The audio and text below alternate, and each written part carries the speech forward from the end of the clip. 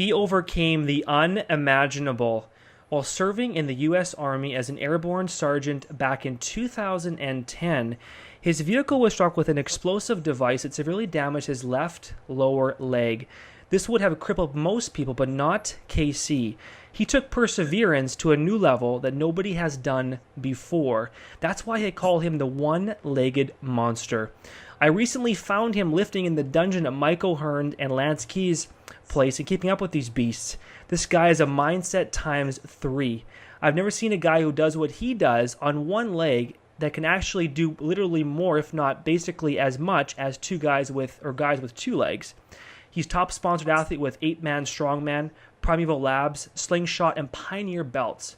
We'll dive into his mindset, mental toughness, perseverance, and how he's got through big challenges in his life to be the guy he is today, inspiring and empowering all over the world. With great pleasure, I want to welcome to the show that one-legged monster, Casey Mitchell. Hey, how you doing? What's going on, man? Good, Casey. How you doing? Good. Staying busy as always. So 8 weeks for you before you're going to be competing here, eh? Yeah, 8 weeks, and then it's just the training gets more serious and serious as we get closer, and the itch to get on the platform, and I don't want to say the pressure, but more like the excitement to finally do and show people like what I've been training so hard to do for the last year. Finally putting it all out there and finally showcasing what I've been training for. Wow. Right now, what would you say, Casey, is something right now that is really exciting for you? Would it be your training? What's most exciting that you really feel is bringing you the most amount of, I would say, fulfillment for you right now? I mean, I love training.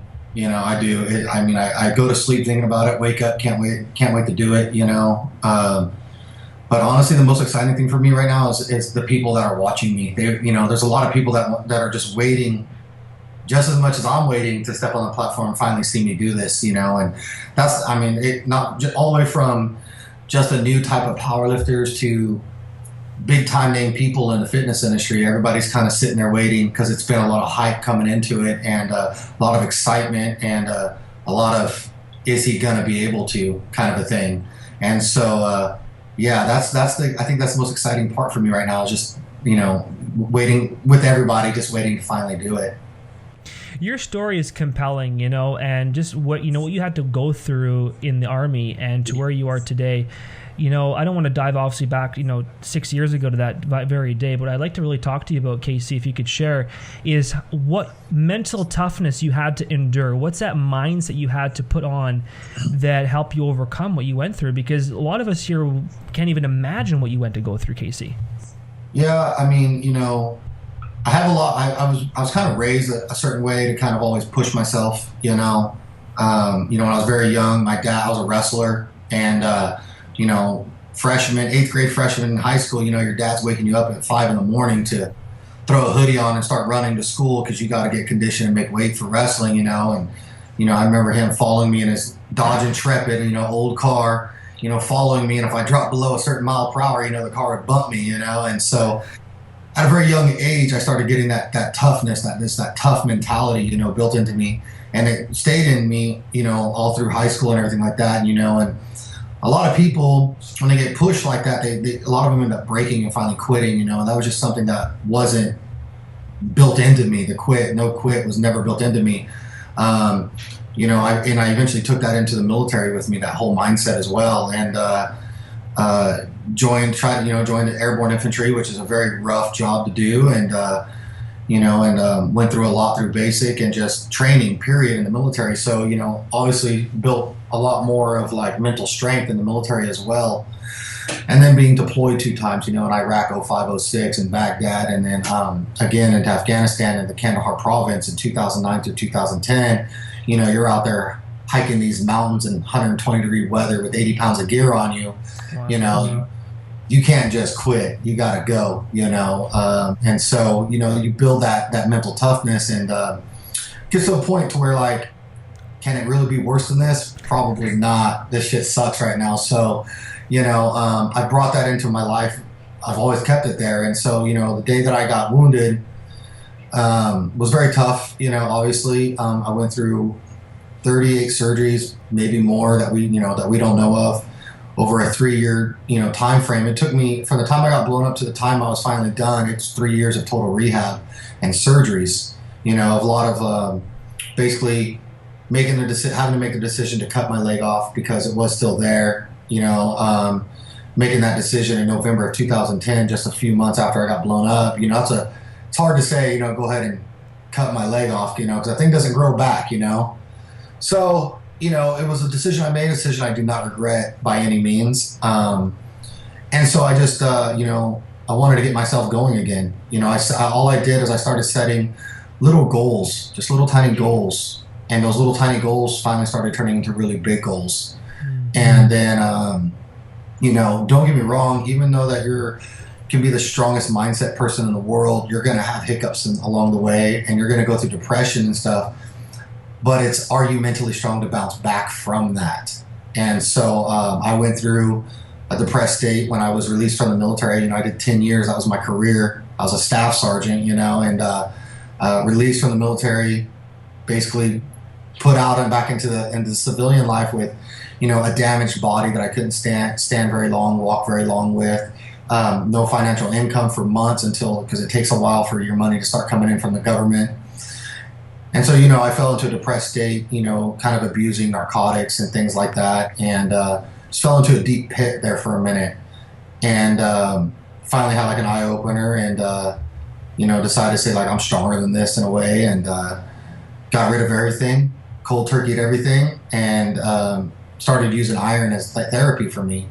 And it was painful, it was tough, but I enjoyed it, because it kind of brought me back to the toughness of the military and stuff like that. And so I just started training, and then, like I said, people started seeing me doing it, and they finally realized, like, wow, man, like what you're doing is pretty motivational, and I wasn't even doing anything like I'm doing now.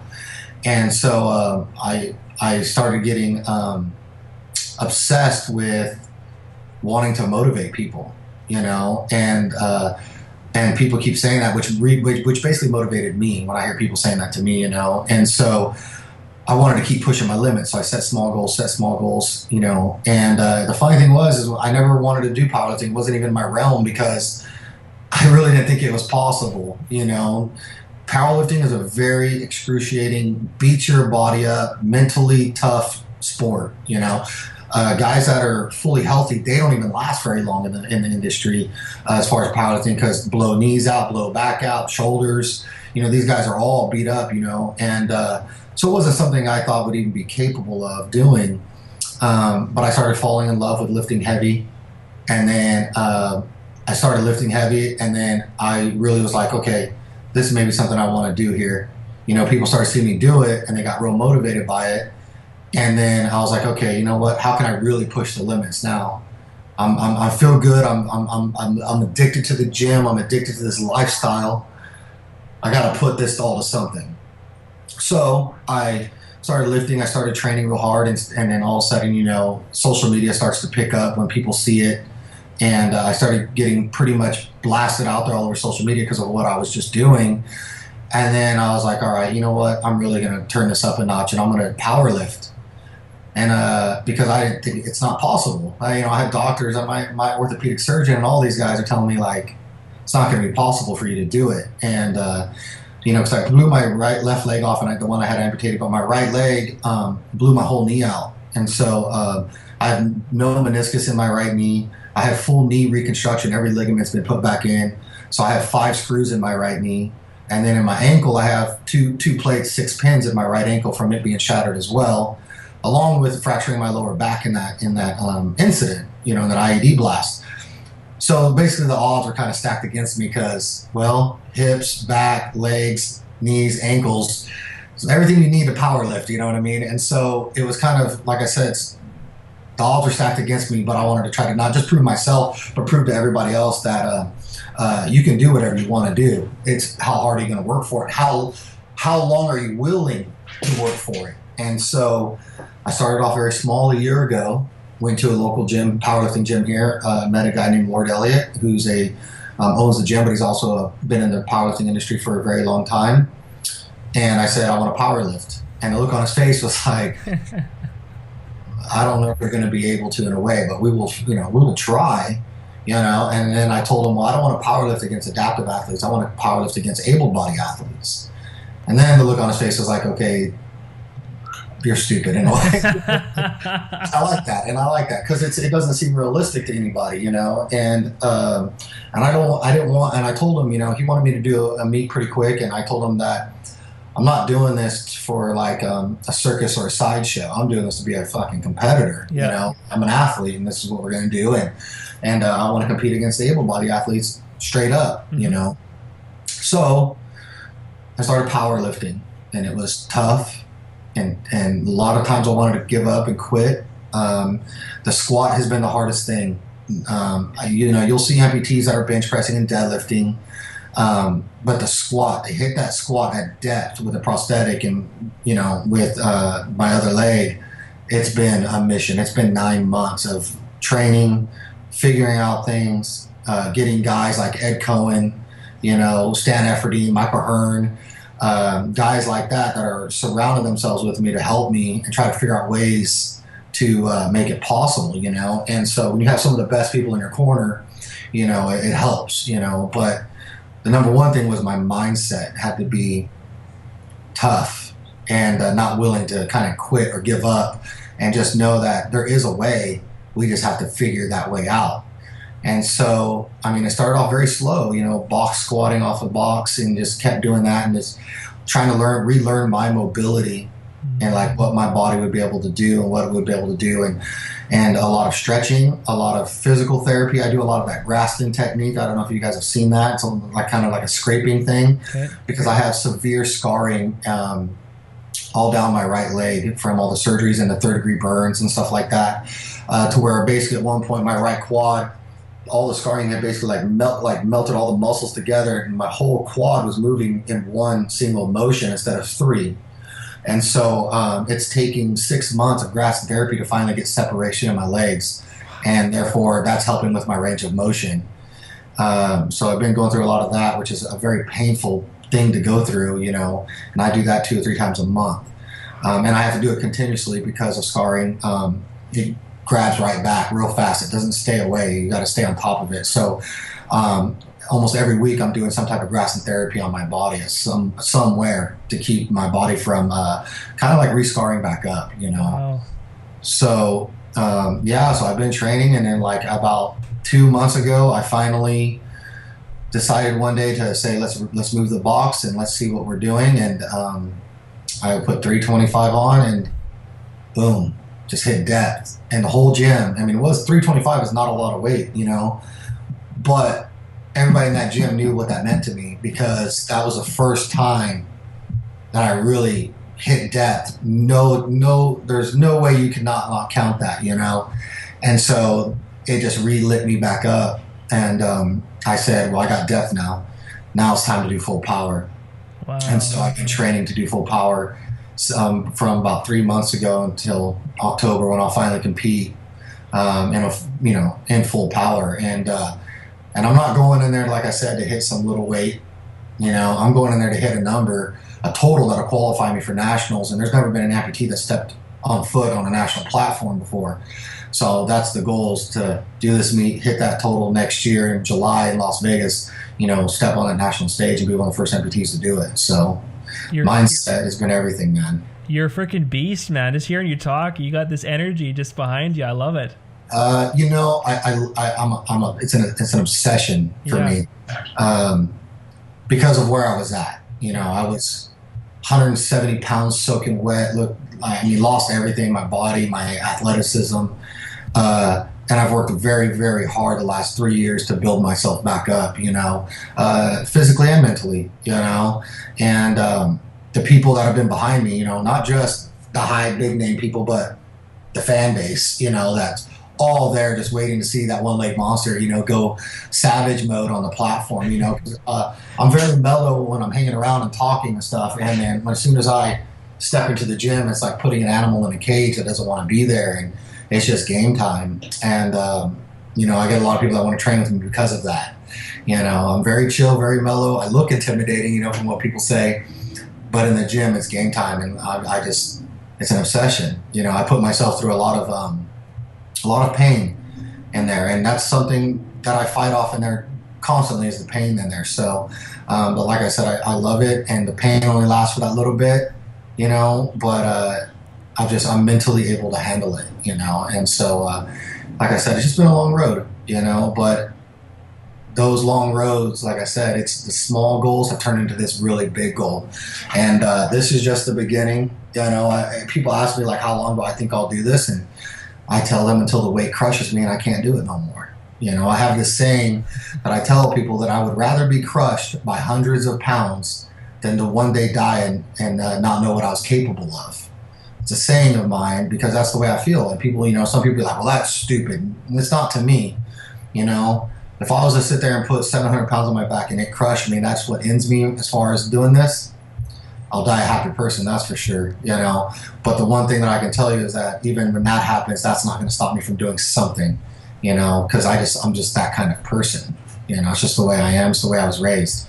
And I'm never going to stop trying to do something and trying to evolve myself in some way, because things have happened to me to where it has limited me a lot. But there are ways to kind of figure out things around certain things. You know what I mean? Wow. You mentioned mind and body and what it's capable of. Like when you talk about mind and body and the connection together, define that aspect and like what you mean by mind and body. Are you meaning like how important is your mindset, do you believe, to what you've been done physically? Well, the thing that I tell people is that the body will shut down before the mind. Yeah. I'm a firm believer in that. If your body will give out.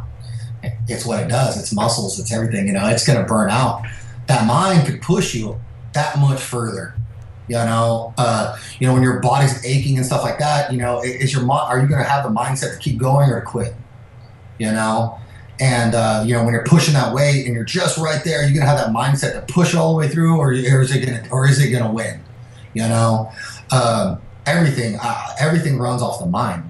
Everything. You know, I tell people this because I know this because I had my leg amputated, and it's so weird how strong the mind is. I had my leg amputated, and you get those things called phantom pains. Mm-hmm. You get the phantom pains because I don't have a leg. It feels like I have a leg, but I don't have one. So you get these serious phantom pains. My phantom pains went away as soon as I got a prosthetic, and I looked down and I saw a foot. That's when my phantom pains went away. The very first time I got my prosthetic and I was able to look down, it looks in my eyes that go into my mind. I look down, I have a foot. The phantom pains away. Wow. That just tells you how strong the mind to the body is. And that was like a realization for me, like, damn, all I had to do was fool my mind to think I have a foot, and it's gone. And it's the same way I do when I lift. I have to fool my mind that this is just pain. You know? But it's just pain. It's not gonna kill you, you know. You're gonna be able to get through this kind of a thing, and that's what I use. I use my mind to get through a lot of things, and it's just pain. You can control your mind with, you know, how intense you want that pain, I guess you could say, you know? Okay, so you got a guy coming to you in the gym, and you say you're describing this phantom sort of pain, I guess you can call it, or mind thing, right? Yeah. And say a guy's hitting that pain barrier threshold. What do you tell him? I just tell him, you got to get that mind strong. You know, get in that mental set. You know, I'll usually just, and if you grab somebody, you grab them up and you say, yo, you got this. Like, get your mind right. Get your mind right. It automatically, or their mind's going to start thinking. They're going to stop thinking about that. Prime example, the mind. If I sit here and say, okay, let's say you have a 550-pound PR. That's the heaviest you've ever hit, and you're going into your meeting. That's your goal. You know, let's say we're gonna go 555 pounds. You're like, man, I don't know. I've never hit 555. I've never hit it. Me, don't tell them what they're gonna hit. You're the coach. Put some numbers up for them. Don't let them know, because people will automatically get in their own minds. Okay, I did this, for example. So I told my coach, don't tell me the numbers. Just throw the numbers out there, because I don't want to know, because I know what I have pulled in my time, and I know what I probably haven't or couldn't pull. So you go up there and he throws numbers up, and then you call you out, you get the platform, you lift it, you walk off. Next thing you know, you pulled 565. You just did a 15-pound PR, and you never have ever even touched 565. It's because in your mind you think, oh, I'm gonna go up there and pull 550. I pulled 550 before, but realistically, you just pulled 565. You know, the mind is very tricky and it can play games on you. So, you know, that's what I tell those guys in there. You know, like, so for example, I was just in Arizona training with 8 Man Strong, and one of the owners, he was going to go for a PR, and he wanted to go. It was like a 10 to 15 pound PR. And he goes, man, I really want to add this, I really want to add the 2.5, but I don't know if I can get it. And I said, come here with me, come here. Let me show you something. I said, here. And I grabbed the 2.5 pound plate and I said, here, hold this. That's all it is. This is it. It don't feel like nothing. That little bit is not going to change if you're going to get it or not. Put that shit on there and do it. Think about it. It's just 2.5 pounds, man. You're right. Boom, goes and hits it, no problem, because you have to make them, it's not, okay, it's 555 pounds or 560, it's just that little bit of weight. It's not going to make or break you, you know what I mean? It's in your mind like, dang, I don't know. 555 to 560 sounds like a lot, but when you grab that little bit of weight, you're like, this really ain't nothing. This ain't nothing. And so you just do it because you get in your headset like, wow, this really is nothing. And so you just do it, and so that's what I do with people in the gym like that. I try to give them a different mindset of attacking the situation than letting them sit there and let that situation defeat them. Give them a way or some type of leverage to beat that situation that they're about to attack, and there's always a way. It's just like in the military, you got to be tactical. How are you going to defeat the enemy at this time? And that's the way I approach a lot of things. Like, all right, how am I going to defeat this right now? Okay, what can I get my mind right that's going to get me like, okay, I got this. You know what I mean? And so everybody has their own little way. I always try to come up with little ways to do it, and so that's kind of how I do guys in the gym. I just snatch them up if they're having that problem. Or a lot of guys will just come up to me and they just want me around because I'll just start getting in their ass a little bit and get them pumped up, and so some guys, that's just what it needs. Some guys, they need that little bit of mental, little game just to help them out a little bit, a little bit of motivation, and kind of like realization that, it is actually possible kind of a thing. I can do this, just saying the word like, you know what, I can do it. You're right. That's good enough. And even if you go and you fail it, man, you gave it a fucking shot, and that's the plus. And then the next time your ass comes back and you actually hit over that, you're gonna be like, damn, okay, we can progress. You know what I mean? So, the iron doesn't lie, man. That's what I tell people. The iron doesn't lie, man. It's either going or it's not. And so. Go ahead. When you go into the gym, Casey, and you're getting yourself prepped, because obviously you can tell your intensity is through the roof. So what do you have any mental rituals that you do going into the gym or in your car to the gym? You're telling yourself something. Like, what do you do? So one of my rituals, it's really funny. Everybody kind of laughs at me about it because I'm very slow. I don't get real energized on my way to the gym. I get in my car. I kind of drive. It's the same thing every day. I drive on the way to the gym. Listen to a little bit of music. I kind of will Snapchat a little bit, tell people what I'm about to do today. Or I'll say some motivational stuff because I'm about to go to the gym and I know most people about that time about to go to the gym, so I'll do that. Then I get to the gym and I kind of say hey to everybody, because my powerlifting gym is family, and a lot of people look up to me and respect me in there. And so I like to make my rounds and say hey to everybody, see how everybody's feeling and doing, whatever. And I just kind of sit there and I just kind of get myself in that mindset. And then I literally drink my pre-workout or whatever, and I head straight over to the radio because we have a loud stereo system that's usually playing. And everybody knows when I come in there, I'm changing the radio. Because I'm way more ramped up than everybody. So I come in and I turn up some real ramped up kind of things. And so I turn the radio on, and then everybody, if I come in there and I don't turn the radio on, everybody's like, you all right? Everything, are you good today? Like, what's going on? Because everybody looks forward to me coming there and turning my music on to get the place live, you know? Yeah. And then you can tell, you can feel the vibe when I walk in, I turn the radio on, the intensity gets a lot more serious, and weight starts getting moved around, and that's part of the whole mindset thing too is, that intensity level, like, okay, sometimes somebody just brings that, and so I do that because, I need that for myself, but I see what it does to everybody else as well.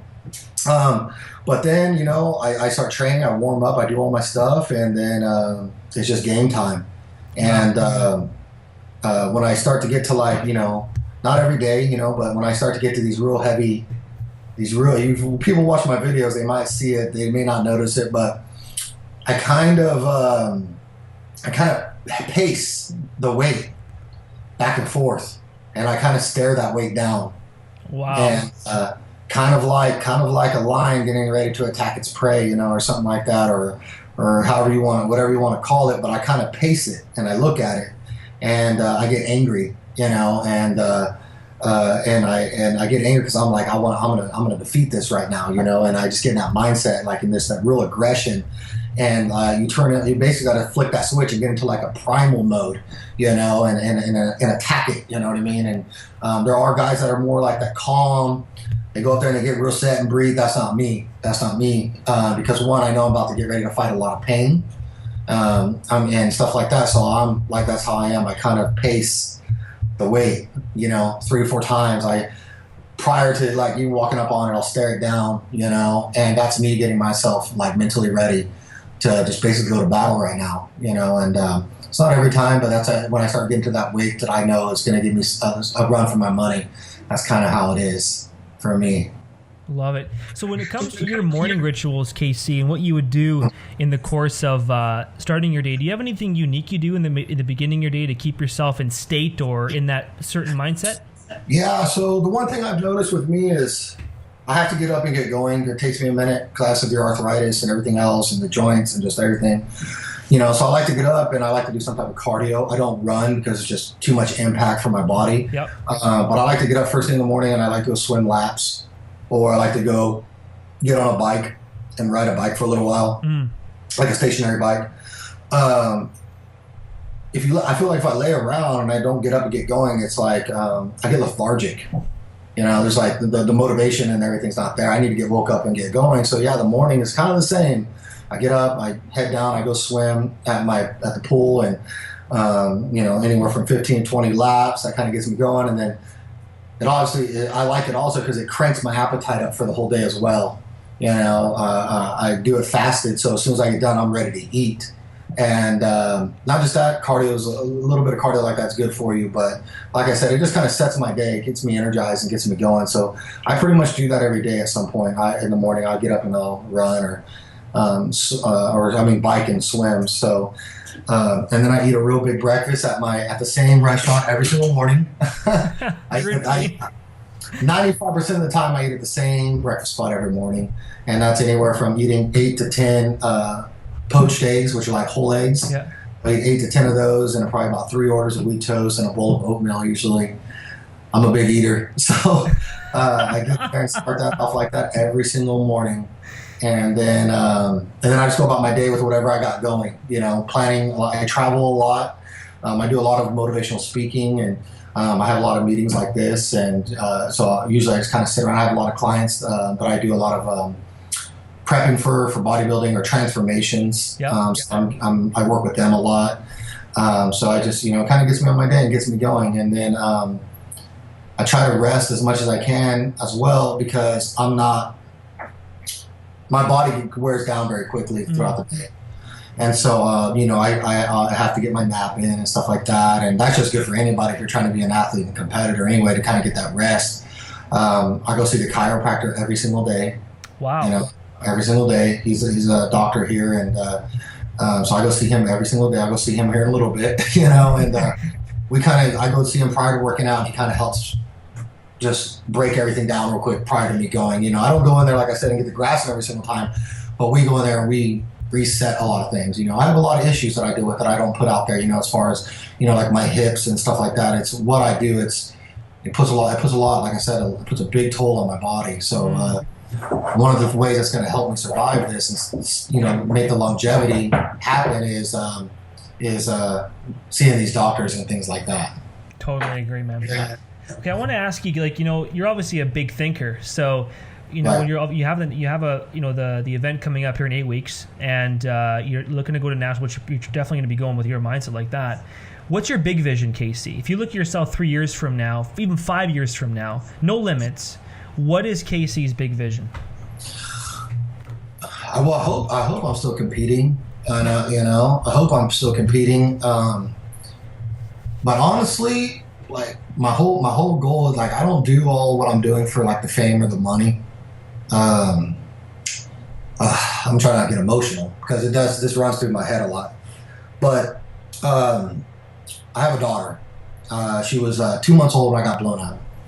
And I can't have any more kids because of the blast. Did something to where, you know, our brain has this thing called the pituitary gland, and mine kind of shut off. I don't know if it was the blast or just the 4 to 5 months of narcotics that I was on when I was in the hospital that just messed it all up. I don't know. Nobody knows, but all I know is that I can't have any more kids. So That's why I only have a daughter. And so I tell people, like my name can't be carried on after this. This is it, But what can be carried on is a legacy. And I just want to leave one for her, I don't want to just be known as like, oh, your father was a war hero or whatever. I don't even like the word hero. I was just a grunt that was doing what I love to do, and I got blown up, And but I don't want to be just known as that. I want to be known as your dad was in the military, very successful in the military, got blown up on it, got injured in the second tour, got awarded the Purple Heart, and then went through very traumatic things in his life, as far as surgery and everything, and then bounced back from everything, and this is what he became, And so I tell people, like I just want to leave a legacy for my daughter. I want her to be able to get on YouTube with my great grandkids down the road when I'm long and gone and say, look at your grandpa, he was a bad motherfucker, man. Hard as nails, and that's the way, and that's just what I want. I do everything I do for her, and like I said, I just can't have any more kids my name's on, but I can leave a legacy for her if anything. And so 3 years from now, I'm hoping, if not by then, that I am working towards that legacy, and I'm doing it now. It's just I gotta complete these goals first. And she's a lot of my drive, that kid. She means a lot to me. She's 6 years old now. She loves watching me do what I do. She wants to go to all my meets, or gym. She wants to be there. About a month ago, I was in there squatting, and she came up to me and said she wants to learn to do what I'm doing. Wow. So I taught her, I got a PVC pipe and got her, under it and walked it out and got her to squat a little bit, and 6-year-old kids, their mindset is all over the place. They see a butterfly and they're gone. But I was just excited that she even wanted to even think about attempting to try to do what I'm doing, and she tells people that, her daddy's stronger than theirs and stuff like that. And so, I enjoy that. And that's really 3 years from now. I hope I'm just leaving that imprint for her, and I'm not going to stop until, I've done it, and so, like I said, even if something happens to where it's a game ender for me, I'm going to be doing something. It's going to happen. Yeah. So, and it's going to take a whole lot to stop me from doing what I'm doing now. It's going to take a lot. So that's what I hope to be doing 3 years from now. Like I said, is leaving that legacy slowly for my daughter. Well, you're a natural speaker, KC, and even you can tell you got an incredible story. So I'm not sure, you probably thought about this a million times, but, having a book, having a tour, having you on platforms globally, man, like, wherever that takes you, and every year, like, you've got a good personality with people. You can just tell in the interview. You warm up with people. Obviously, you get in the gym and you turn into a different person. Dr. Mr. Hyde over here, but that's a gift, man. So I'm not sure where your vision's going, but you can definitely tell you got the talent. Yeah, I have a good friend. His name's Chris Getchin. I don't know if you know him. He owns Cage Muscle. Really good friend of mine. Very well known in the industry. He's written a few books. He's discussed with me / told me that I need to write a book. That is in the process. I would like to. I just want to see where we're going first. Yeah.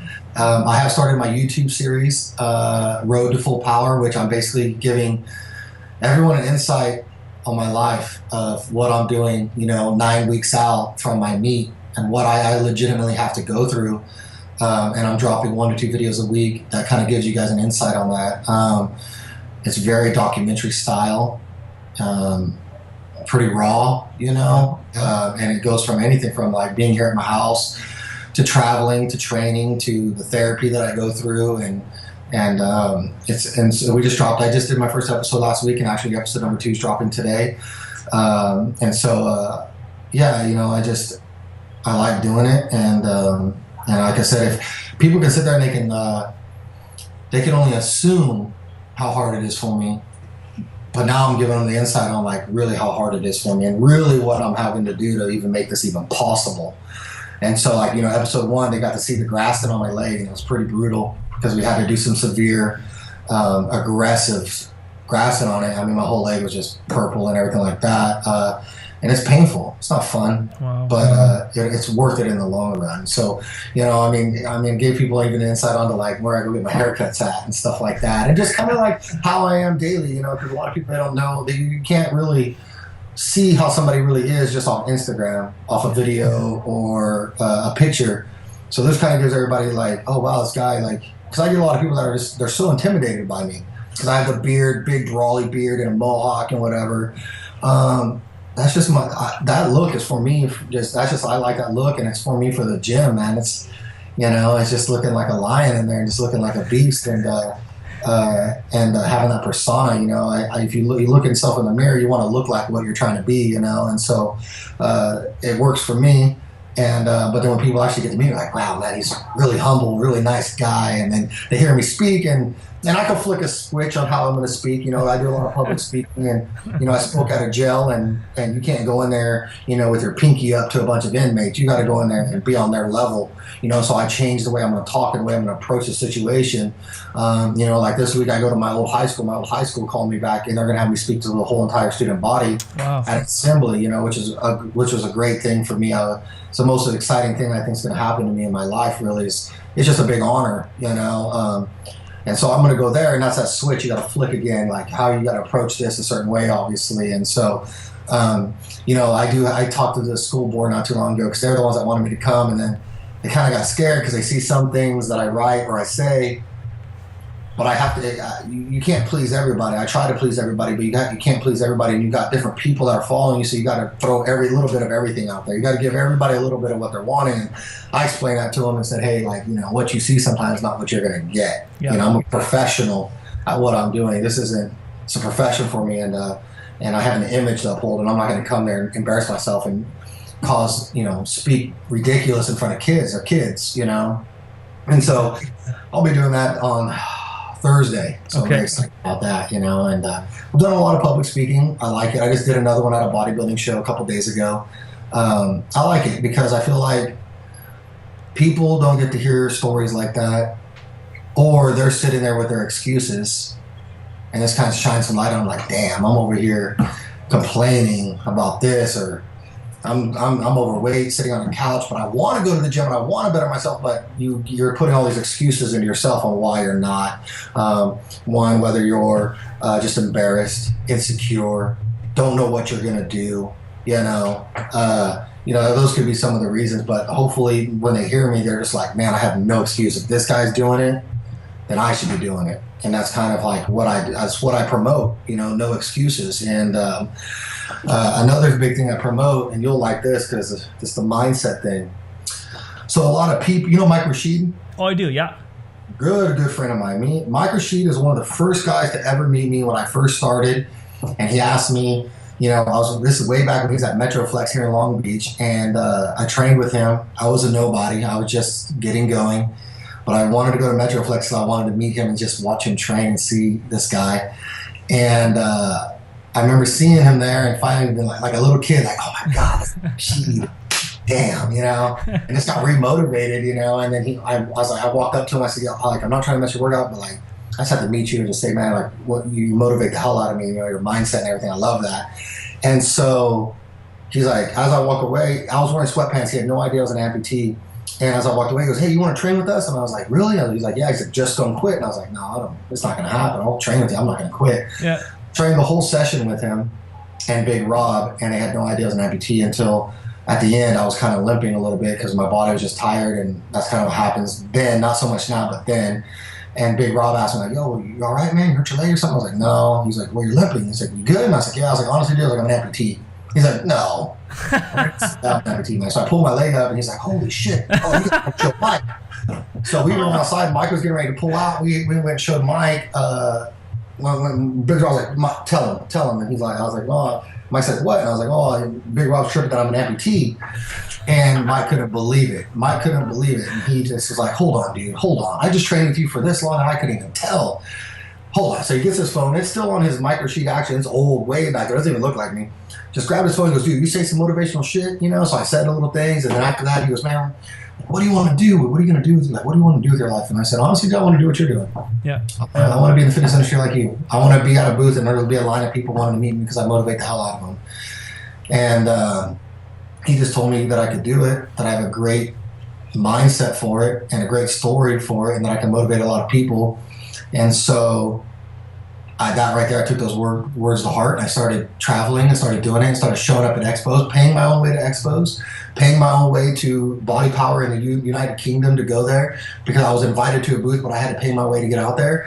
And so I did that. I'd fly out there myself, and I started putting myself out there a lot, started training harder, and started seeing, people get motivated. And like I said, the following started. And then next thing you know, me and Mike are good friends, basically same type of person. Mike's still a lot bigger than me in the industry, obviously, but we're there. We're both, we're both known in the fitness industry. And what I want to get to is from going from Metroflex and meeting him, me telling him that this is what I want to do, what he's doing, to the next thing you know, I'm eventually in Arizona at his place, shooting a YouTube video with him, and me and him coming up with this whole thing that we like to call, you ever heard the word PTSD?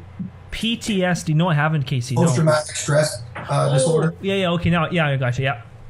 A lot of military, right? How this, me and Mike talking to me like about all this, like how, like basically like you are, how did you get through, like what, how,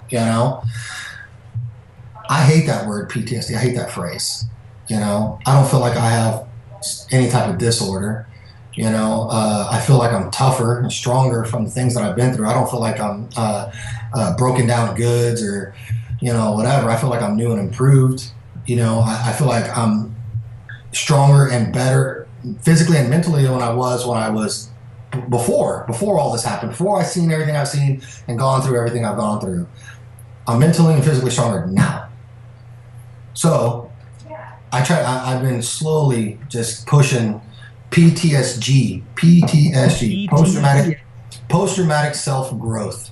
I grew from what I've been through. I didn't get a disorder from it. I grew from it. Now, what are you going to do to make that happen? Are you going to be that person to fall in that realm of having a disorder? Or are you going to fall into that really good realm of something you grew from what you've been through? And the thing is, for me, is you can't talk shit to me about something you've been through that I didn't been through, because I've seen it. Yeah. Everything. There's not a person in the military that can sit there and tell me that they've seen something I haven't seen, because I've seen it all. I did what they did, and not just that. A lot of them, they're not wounded. They didn't get blown up. They didn't have to go into get ready to go into a surgery to have their leg cut off. They didn't have to go through a lot of things that I did. You know what I mean? So I've been there and I've seen it and I've done it. So you can't sit there and tell me like, oh, that's bullshit. That doesn't make no sense. It does make sense. Are you mentally going to be strong enough to go this way or are you going to go that way? Yep, totally. I want to go this way. I don't wake up. People ask me, do you have flashbacks? If I do, I wake up and I'm like, oh, shit. All right, I'm home. I'm at home. I don't freak out and go grab the pills or go grab the booze or whatever. Mentally, I'm like, oh, I'm not at war anymore. That was a stupid dream. Like me. Yeah. I don't get my little war buddies and go up to them in the mountains around a bonfire and drink whiskey and shoot guns and tell war stories. Yep. Because all you're doing is you're reliving it. How can you get past it if you keep talking about it and keep reliving it? You can't. Yep. I sit there and tell people, like, do you remember, like, okay, I tell people, like, that stuff fades away. It's just that it can't fade away if you keep thinking about it and keep talking about it, And so, like, I mean, for me, when I was like, I can't remember a damn thing when I was 6 years old, 7 years old, 8 years old. Not problem. Realistic. I can sit there and think about something when I was 12 years old. I can't remember shit because you've moved on. Like other things come into your life that pushes some of those things away. Yeah. Whether they be good or bad. Eventually things fade away. You don't remember everything in life, and that's what I try to tell people. You've seen some traumatic shit. I got you, but you have to find that little niche that's going to pull you away from that and go this way and grow from that. And be a bad son of a bitch because you went through that and you're hard as nails now. Yep, exactly. You went through that and now you're folding. You're folding.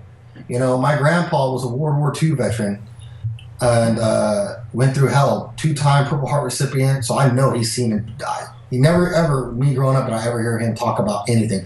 I never heard him complain. I never heard him bitch. I never heard him even tell war stories, even talk about it. Wow. That's because you got to think, this is when soldiers were crawling over each other's bodies, storming Normandy and whatever, and it was a lot different back then, and that's when the draft happened and everything like that. So you're talking, these were guys that were pastry guys or meat guys or worked at industrial plants or whatever, that were like, all right, you're all going to war and let's go. That's back in the day when men were men. And that's why there's that saying of when men were men, that's why they get that. That's why they get that. They get that title because they went to war, saw some of probably the craziest war that any of us will ever see, could even imagine. And they came back home, and it wasn't, okay, here, go to the doctors, you got this problem, you got this problem. No, it was, they had to go back to work, go back to their life, taking care of their family, And you don't ever hear none of them complaining about it. I barely go to the hospitals here at the VAs and stuff. Do I ever see any type of World War II veteran in there for PTSD? Because those were hard-ass men back then. Wow. Because times then were different than now. Now, you got all this science and all these doctors that are like, okay, oh, you have this thing now, it's called PTSD. No, bullshit. You're giving them a cop-out. You're giving them a reason to say, oh, yes, I do. You know what I mean? Instead of helping them get stronger from what they've been through, let them get back on their life, help them get going in their life. You're letting them see psychiatrists that want to talk to them about it over and over. Yeah. You're letting them do these group therapies that they all sit there and they just continue to tell the war stories. You're not actually giving them an outlet or giving them a way to move on in life. You're just letting them relive it constantly, and then you're giving them narcotics and whatever else that feeds nothing but negativity and depression. So PTSD is something I've just been trying to say. For me, I grew from what I've been through, and thank God I was strong enough mentally to get myself to find my little niche, which is the powerlifting, the fitness industry, the gym, and get myself away from all of that. I do love vets. I do love all the vets. I love my brothers and sisters, but I can't get with some of them and go sit around a bonfire and talk about this stuff because you don't need to relive it. I don't want to relive that shit. I don't want to relive what I've been through. I don't even think about it. I love what I did. I don't regret anything I did. I love my country. But in my house, I don't even have like a lot of my military stuff up because I'm trying to move away from it. I agree. Yeah. My life is now, not then. And when I pass away, my daughter can have all that stuff and open it up and check it all out and stuff like that. But I know what I've earned and I know what I've done. I don't need to see it every day. So I've just been able to get myself moving on in my life. And so, like I said, PTSD, just post-traumatic self-growth, grow from what you've been through. And that's not just military. That can benefit anybody, women that have been raped.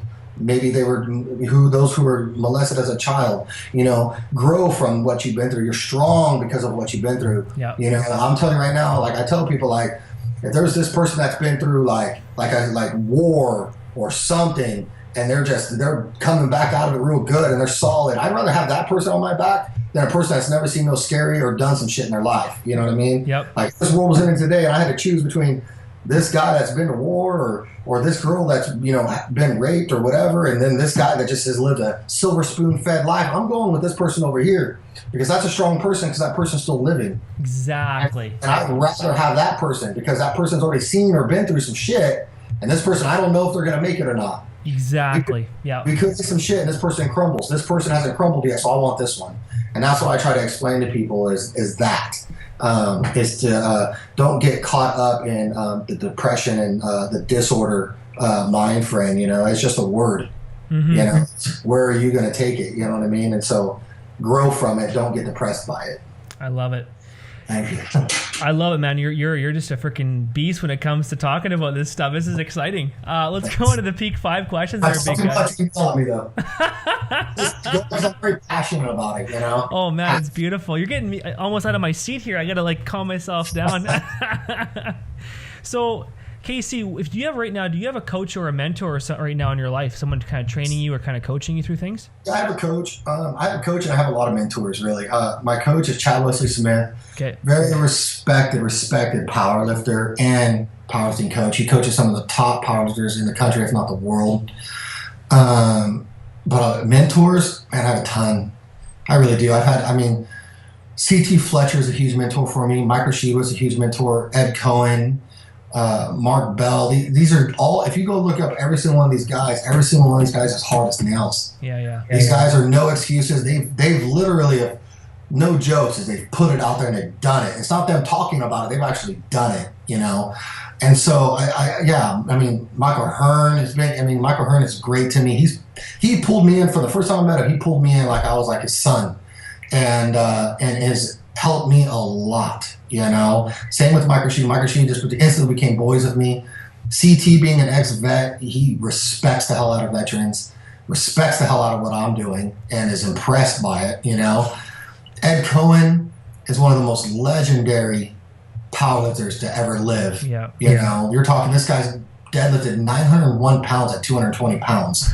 That's incredible. He's so well known and so well respected, and he constantly comments, calls me, texts me, just gives me critiques, because he's can't believe what I'm trying to do and what I'm doing. You know, he's very impressed by it. You know, so when you have legends like that are looking, I mean, he posted a thing on me because he went through a big hip transplant, you know, and he's posting pictures of me like, you know, if he can be half the man that I am, that he's going to, you know, he's going to pull out of this and continue doing what he's doing, you know. And I mean, that's like, wow, you know, that's like if you box, that's like Muhammad Ali posting you, you know what I mean? Or putting you out there. That's kind of how Ed Cohen is, you know what I mean? Ed Cohen's that respected. And so, you know, I have a lot of mentors in my life. You know, Big J, he's out of Texas. He's an old school powerlifter. He's been there for me and helped me out a lot as well. So, I mean, like I said, a lot of people have been there for me, and helped me, and they're all mentors to me because they're all here. Yeah. You know, they're all at the pinnacle up there. They're all at the top, and I'm trying to come up through there. And I mean, even though you can sit there and you can tell any of them right now, like, wow, well, Casey says he's here and you guys are there. They're going to tell you bullshit. Casey's here up there with us. But I haven't put the time in like they put in. It's a respect thing, you know what I mean? And they put that time and that work in, and I'm still doing that. And as much as they would like to keep me up there with them, I know where I fit and I know where I at. And one day I'll be up there one day. You will, man. And that's okay. With your freaking push, man, you will. Down for the grind right now to get up there. But like I said, you know, and so yeah, so those are all my people, man. My daughter is my number one. She's the one that drives me the most every single day. You know, I don't quit doing a lot of things that I'm doing because of her. You know, she don't know it yet, but she will one day. Because when she hears all this, she's gonna know, like, dang, my dad was doing a lot of this for me. It's crazy, you know. And so, or she's gonna say, wow, he's doing all this for me. He's stupid. I love him no matter what. You know, you know. She's my number one drive, and. But yeah, so like I said, a lot of good mentors in my life, and I'm very thankful to have all them because, well, it's very rare to have those guys as mentors in your life, you know. Totally. So, Casey, what's your most influential book?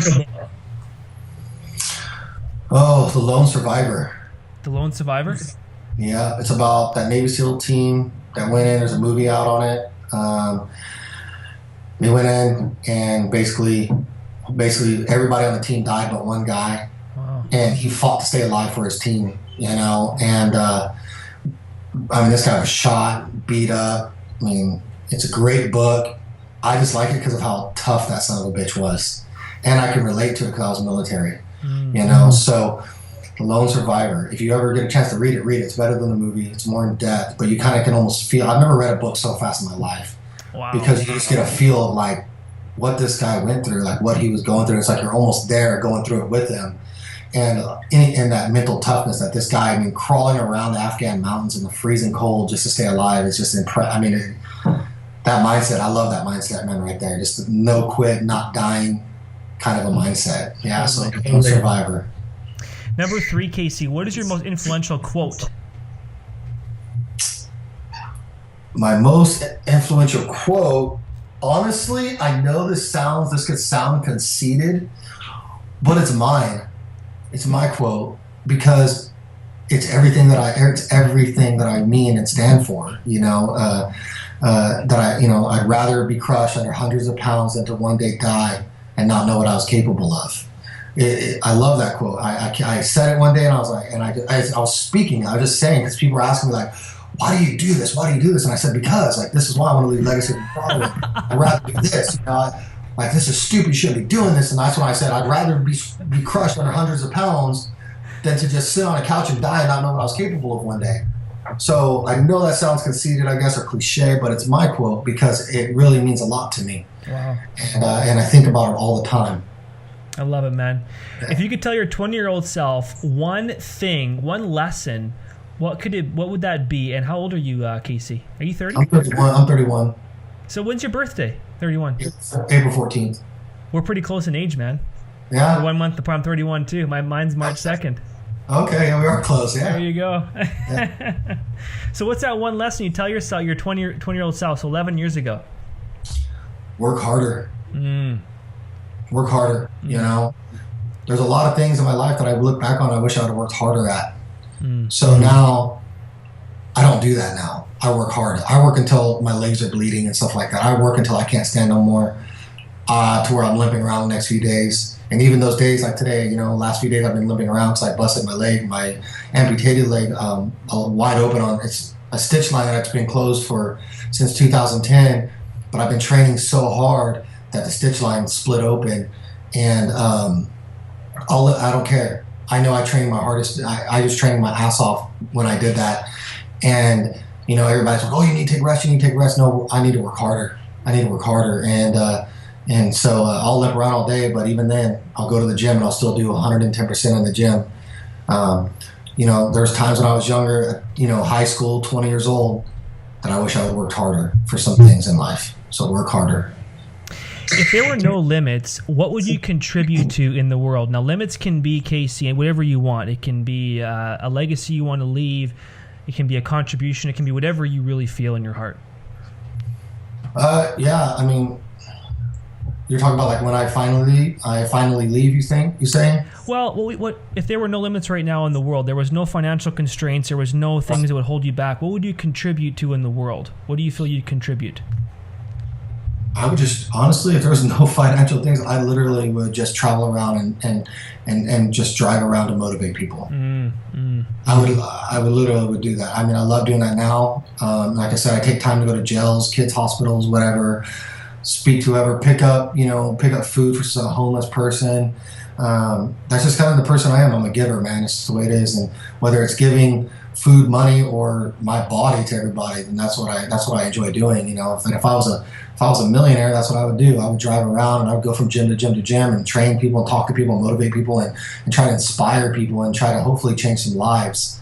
You know, I've found a lot of fulfillment in that for myself, whether that be from things that I've done in war or whatever, you know, or, you know, people that have just had my back, that's given me back, that I want to give back. I'm a firm believer in karma, good karma. It always comes back and gets you, you know, and in some way, something good's going to happen, you know. And, you know, for example, there was this homeless guy, and he had a sign. This was about a couple months ago, and I was actually doing a vlog on my phone, on my car. I was driving, vlogging, and I was going through the bank, and there was a homeless guy, and his sign just said, all I want is some food, you know. And it's where I live at, it's 110 degrees, it's hot here. And just sitting in the shade, and I could have went and gave him some money, or I could have went and got him some food and brought it back to him. But instead, I just went up to him and said, "Hey, you know, do you want to get some food? Can I take you to get some food? You know?"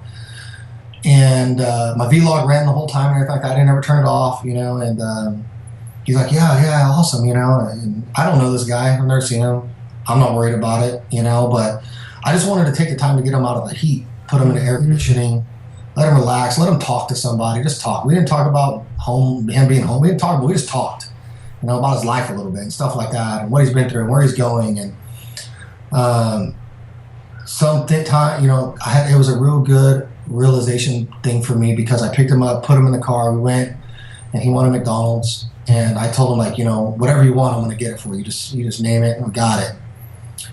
And so he ordered, you know, he really liked those McChickens, so we got some McChickens for him and some apple pies and stuff like that. And then I said, hey, well, what do you want to drink? And it made me sad because, you know, most people are like, oh, I want a soda, or I want, you know, this or that. And this guy said all he wanted was some ice water, man. Wow. That's how sad it was to me, because this guy's out here on the streets, he's in America, and he can't even get an ice water, you know what I mean? And he's dying of thirst, you know, and it's just like, this is ridiculous, you know. And so just giving back like that just made a lot for me. And then he told me that, you know, he was a drug addict a long time ago. He's been clean for a long time, and that he goes back to a lot of these homeless shelters and tries to talk to guys about, you know, getting off the drugs and trying to get their life right and stuff like that. And he said that because of him doing that, he feels like that's good karma coming on him right now for me picking him up and taking him to get some food and some drink. And I said, man, you're absolutely right. I'm a firm believer in that too. You know, if you do good, it's going to come back. And not only that, even if you don't believe in karma, even if you faked good karma and everybody just did a little bit of good karma, I guess you could say, think about how much better the world would be. That would be everybody's trying to do at least trying to do something good here and there. It would change the world a little bit, you know, and if not going to change the world, it's going to change some people's lives here and there. And so, like I said, I told him, I said, you know, for even those that don't believe in good karma, it's a good mentality to kind of have, like, all right, I'm going to do something good for somebody, and it'll change his day, and maybe one day I'll need help or I'll need something, and that good karma will come back on me, you know. So that's what I would do. I would continue what I'm doing. If the money wasn't an issue, I would drive around and just motivate and inspire people, because there's a lack of that in this world. I agree, man. The world gets caught up on money and fame and being rich and living a certain type of style, to where people are motivated by, you know, this hip hop rapper that's driving this Lamborghini or whatever, than actually finding like a businessman. There's a prime example is this guy named Andy Friselis. I don't know if you know him. He owns First Form Supplements. The guy is a multi-millionaire that started off owning a nutrition store, sleeping on a torn up ass couch, and had nothing, and now grew into what he's in. To me, that's real motivation. That's real, you know, inspirational shit. Not a guy that, you know, not these guys that were either handed down a business or something like that, or these hip hop rappers or whatever that are just, you know, doing what they're doing. They're just flashy and just putting it out there. And they really don't do anything for the community. Exactly. They don't do anything for the state. They don't do anything for the country. They just care about themselves and their wealth. Totally. You know, when you got guys like Andy Friselis that does a lot for everybody all the time, you know, and so I just feel like that's what I would do, because the world's lost a lot of that. You know, they want to see guys rolling up in fancy cars and stuff like that, instead of a guy like myself that's just motivating because I get down in the gym and I've been through some shit and I've just bounced back from it, you know. Exactly. On one leg. Exactly. So that's what I would do. What's your definition of mindset, like in a nutshell? What's my definition of it? In a nutshell, if you could define mindset, just a quick definition, what would Casey's definition be? Oh, man. For me, it would be mindset. I mean, I don't know if I have a definition of it, but the way I would put it is mindset is everything. Awesome. Mindset is how you're going to function throughout your day. Mindset is how you're going to live your life. If you don't have the right mindset, how are you going to live your life right? Exactly. You know? And so that's my mindset, is wake up with that mindset of, you know, taking on the world and get out there and do it, you know? Totally. Mindset is everything. If you don't have the right mindset, then you're not going to be capable of doing anything, realistically. You know, you can be the most athletic person in the world or anything like that, but if you don't have that right mindset, then you're going to fail. I mean, how many amazing athletes have we seen come through, you know, NFL, Major League Baseball, whatever, and because their mindset's not right, they don't make it. Yep. You know? Bang on, man. So mindset is everything. That's the only way I could put it. I love it, man.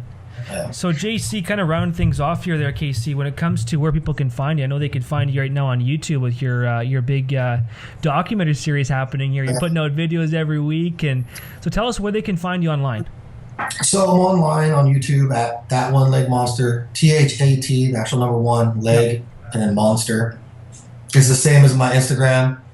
My Instagram is That1LegMonster, and my Facebook fan page is That1LegMonster as well. Awesome. So keep everything the same. That1LegMonster was a nickname that was given to me when I first started. And as I started growing very quickly in the social media world, I was like, oh man, maybe I should change it. And everybody told me no, that's me. And that's my thing. And so everybody knows me, you know, they do know me as Casey as well, but I'll be walking around expos and everything, and everybody's like, oh, it's That1LegMonster. And I enjoy it. You know, I enjoy it because it's me. I own that shit, you know? And so, and I live up to it, and it gives me something to live up to as well. You know, you can't be a little scrawny dude lifting no weight and be a monster. So, you know, it pushes me to grow stronger and bigger. And so, That one leg monster, that's me, and it'll be around for a while. Awesome, man. I love it. That's a heck of a good name. I like that one leg monster. That's what really caught me when I first saw your video. I was like, damn. So, KC, anything you want to share before we close our show today? Yeah, I mean, I always got something to share, you know. Any of you guys that are listening to this, remember, you're not just an ant in this billion, you know, little farm here. You know, you can be that special ant. You know what I mean? Everybody has a job to do. You know, if you think about the ants as colonies, they all have work to do. Everybody has something to do, not just sitting around. They're working. Leave that legacy, you know, for your family. You know, be something. Don't just sit around and let your life go by. You know, try to become something. Try to do something. Try to, you know, leave something for your family. Whether it be the smallest thing. You know, I tell a lot of people, you know, think about this, you know, when you pass away, think about, you know, when you pass away, even, let me back that up. When you have family members and friends that have passed away, and let's be real, not all of us, a lot of us do not go and visit those grave sites often. You don't die just be put into a gravesite and forgotten about. Leave something here on this earth to where even if your grave's dead, but there's more to you still here. Leave your name out there, you know? Don't leave this earth without leaving something behind, you know? And more than anything, more than money, more than fame, is a legacy. And guys, that's why I live. I just want to live to leave a legacy, and I feel like everybody should try to do that, you know? Think about, like I said, how great this world would be if everybody's just trying their hardest to leave a legacy for something with their family or themselves, even themselves, you know? And so the ones that succeed are the ones that are really trying to live that life, you know? And so if you can, and you should, and I hope you will, you know, get up off your ass and in the nicest way I can say it, and leave a legacy, if not for yourself, for your family, and for your you know, your past when you finally, you know, are no longer on this planet, you know, because you only get one life. There's no rewind button. There's no restart button. There's no put a quarter in the slot machine and you get to play again. This is it. You know, and life is very precious and it goes by very quick. And when you're sitting there on your deathbed, are you going to be happy with the way you lived your life, or are you going to have regrets? And I choose to have no regrets. I may not get to see everything and get to do everything in my life, but I know that I'm going to do it. I know when I am laying on that bed that I did my best at everything that I possibly could have done, and I seen everything that I possibly could see. You know, don't ever think about like, well, I can't do it because of this financially. That's bullshit. Get out there and do it. There's ways of doing it. You just got to figure it out. So do yourself a favor, you know, and take this into consideration and sit there and really think about, like, are you happy with the way you're living your life? And are you happy, you know, if you were to die tomorrow, would you be happy leaving what you left behind? And so for me, I'm never going to be happy until, you know, it's the end, because the end, when it's the end, that's when I finally knew that I did everything that I have. You know, when I can no longer breathe no more, that means I'm done, and I can't do anything anymore. And so I'll go ahead and go my way and be happy with everything that I left behind for my family and my daughter and the world. If that does even come down to where I left something for people here that can still be motivated by me when I finally do decide to go away. Well, you're one motivating guy there, Casey, and I want to thank you for coming on the show today. It's really been a pleasure to have the one-legged monster that can lift more than two-legged guys. And I'm coming for it.